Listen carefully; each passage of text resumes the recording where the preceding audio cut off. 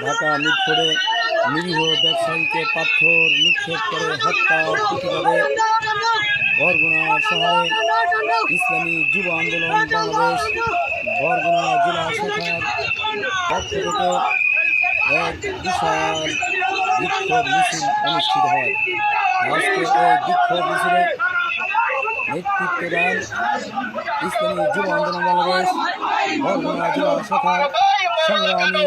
বিপ্লবী যুবনেতা মাওলানা আজকে এই বিক্ষোভ মিছিলে অংশগ্রহণ করেন, একাত্মতা পোষণ করেন ইসলামী আন্দোলন বাংলাদেশ বরগুনা জেলা শাখা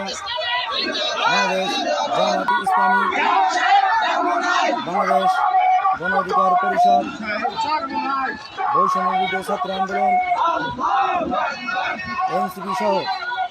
অনেক রাজনৈতিক সংগঠন আজকের এই বিক্ষোভ মিছিলে ইসলামী যুব আন্দোলনের ব্যানারে অংশগ্রহণ করেন। আজকে বরগুনাতে এক ইতিহাস রচিত হয়েছে।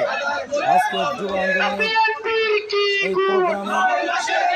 আমরা বরগুনার সকল রাজনৈতিক